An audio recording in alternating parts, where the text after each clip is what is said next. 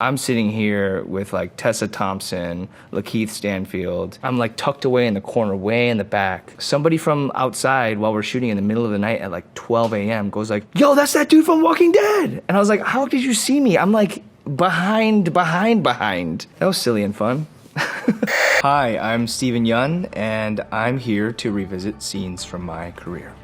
Let's get started.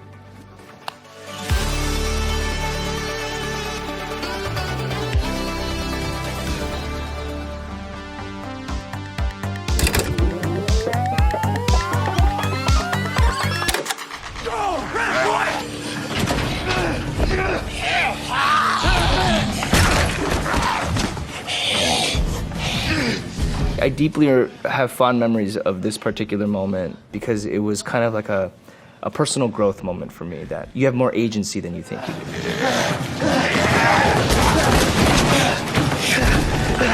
do. Glenn does this huge fight with this walker, and he's avoiding him and fighting him, and then he finally kills him.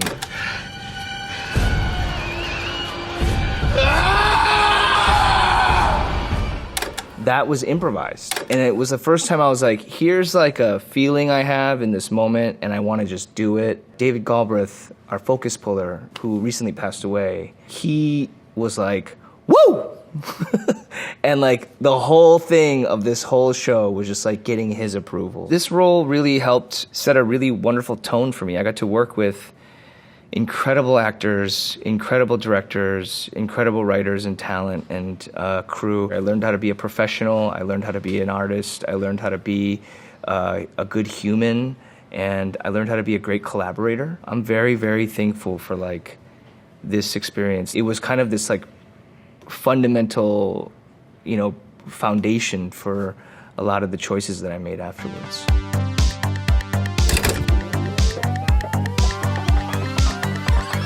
Take control, man. I am in control. Yeah? That's Young Mazzino. You're about to know this guy. He's a good one. Young is such an incredible actor. What's your plan then? I want to go play ball. No, like in your life, like right now, in your one precious life, what is your plan? This is the Cho Bros, the Cho brothers. You're gonna look at Danny Cho and Paul Cho, who are the children of immigrants, and they're kind of trying to just make it and figure it out. Life is precious, man.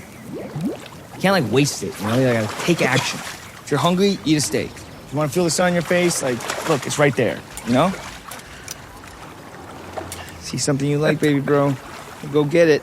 Beef has been so fun, so wonderful. I just remember talking with Sonny about it when he pitched me the idea of like, hey, I'm thinking about this show about road rage. And I was like, road rage, I'm into that.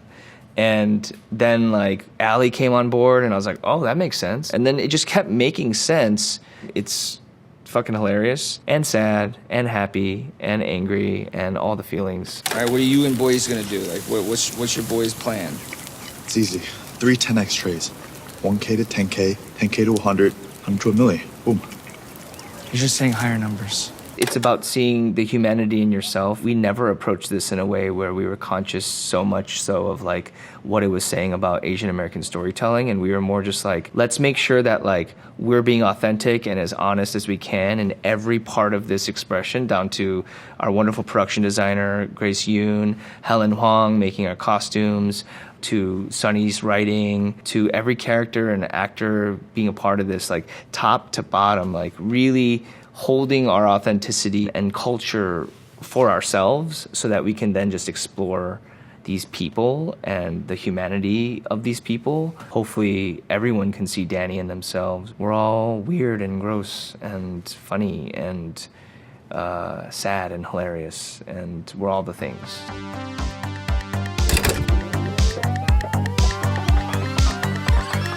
All right, folks, let's meet back here at 3 p.m., okay? It's not that serious. Okay, all right, cool. It's like serious, but it's not that. All right, sure, but I'm ready though. Boots Riley, a genius, the man. I just left doing Walking Dead for 7 seasons, in which the style of that show was just like busting through every day, just like rolling around in the dirt, screaming, crying, going nuts. And then I got to play this role next, which was more a vibe. I like Squeeze because he got to just kind of be, and he was kind of sitting in the pocket of a knowing that maybe not every other character knew. There's something he's hiding for himself, that he's this union organizer. We're gonna give them our day. We need to have enough to cover our basic necessities. Human decency. Yeah! Is anyone not down?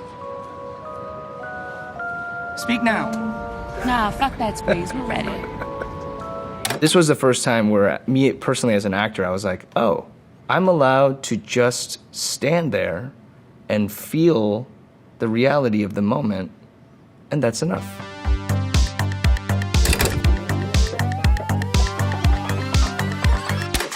정엄마, 왜 그래? 어?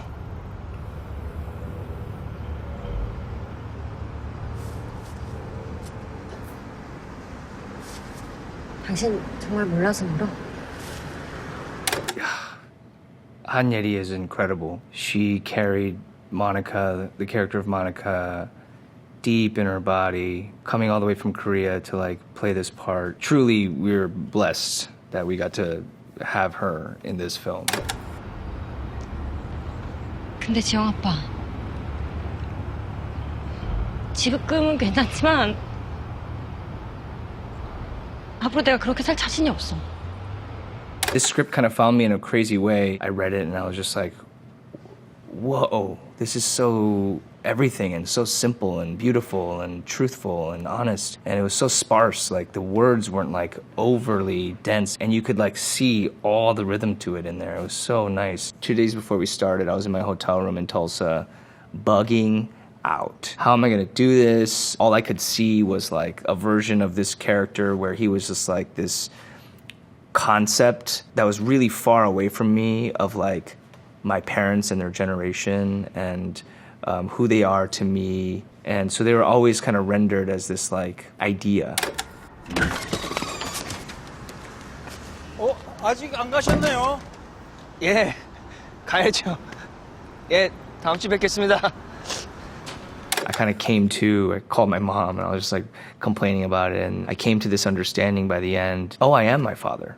I can experience this life. And it was when I was able to like break the image of my own parents to myself that I can just see them in love as full human beings. And that was when I really understood the character, my parents. It was wild.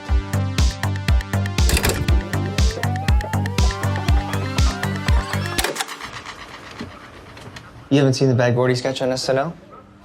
I mean, I pretty much nailed it better than I could. No? Saturday Night Live? Jordan is the man. For him to write such a simple moment, but have like so many layers that he wanted to explore underneath it was pretty incredible. We really, really worked on Jupe quite extensively. He doesn't show up too much in the film, but we really went there in our conversations. We had many, many, many conversations about who this person is and how he's made and what moves him. It's Catan. He's just crushing it. He is a force of nature. He is killing on that stage.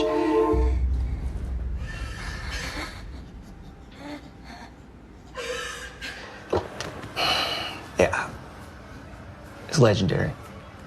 This particular scene is someone maybe displacing their memory of a trauma that they don't really know how to cope with or deal with. And so he only knows how to encase it and entomb it in this story that he remembers that someone else said about him. I think Jordan is such an incredible, brave filmmaker. The ways in which things are scary on the outside have been seen, but like the internal horror is really freaky that he's exploring. The production designer, she was incredible. I remember walking into Jupe's office and into that Gordy's panic room and seeing the level of detail, what he's written on the walls. The details were outrageous, and I remember being in there being like, oh, this is his prison. Like he constructed his own prison. The masterful direction of Jordan Peele was something that really helped me get into this character. Jupe was a sad guy to play. He's unwell.